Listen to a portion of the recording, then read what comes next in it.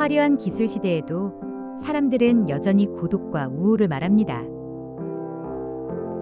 그렇다면 오늘의 강원도민은 안녕할까요? 지금 우리의 안녕을 다시 묻습니다.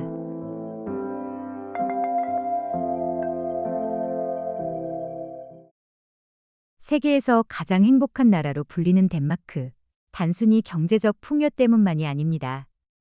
누구도 소외되지 않도록 설계된 사회 안전망, 그리고 일상 속에서 자연스럽게 이어지는 정신건강 지원 체계가 그 비밀입니다. 강원도민일보는 해답을 찾기 위해 덴마크 셸란 지역에 있는 리전 질렌사나 슬라겔세 정신병원에 다녀왔습니다. 이곳에서 정신건강의학 연구와 치료를 담당하는 박사를 만나 덴마크의 정신건강 체계와 관련한 이야기를 들어봤습니다. I think it's worldwide that it's more or less the same percentage, maybe 1.5, but not more than that. But of course, schizophrenia is such a it can be such a chronic condition, so that it's still in the mental health service. It's a lot of patients with schizophrenia that we see, but talking about the population, of course, anxiety disorders, depression disorders are much more common.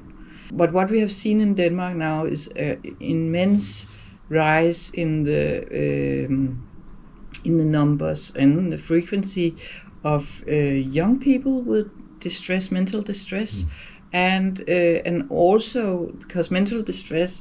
Well, it's not really psychiatry, but as soon as they get a diagnosis, of course it becomes...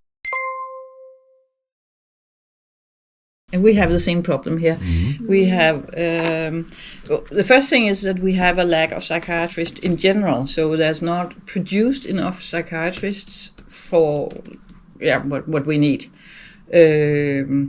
It is the health authority who decides how many psychiatrists are trained every year.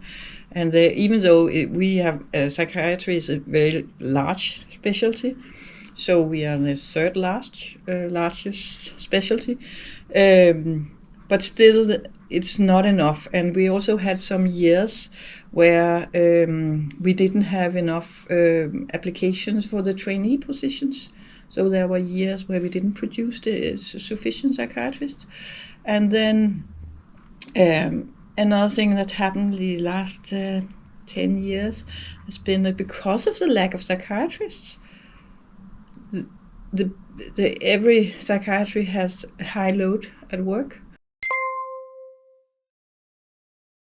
What we do to kind of attract doctors, we do that. This research department is one of the kind of things we do. We try to build up research environment where it could be attractive to be a psychiatrist and work and perhaps have some part-time research. So that's part of it.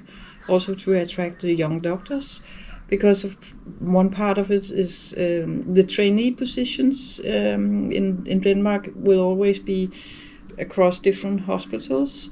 At least more or less 50% of the time should be at a rural hospital now, because that's kind of been, beforehand it was more like 30%, but now they're taking it up, and they have also decided that as far as possible the last position should be out here, because it is frequently, if the trainee has been here and they kind of like it here, then they will continue when they have kind of become specialists. So we try to recruit that way.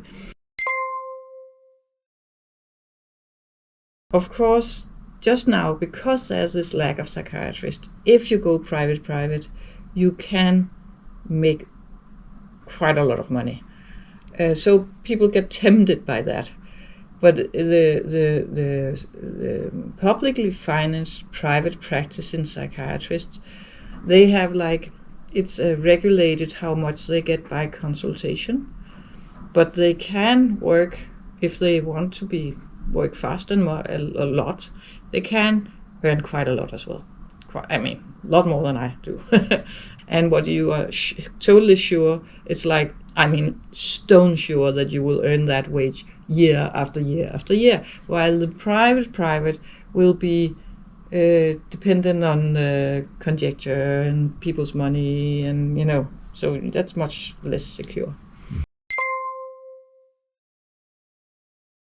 We do not have anonymous advisory function. If you go to psychiatry, you will be recorded by your CPR, their personal security number, and because we are doctors, we do have to document the consultation.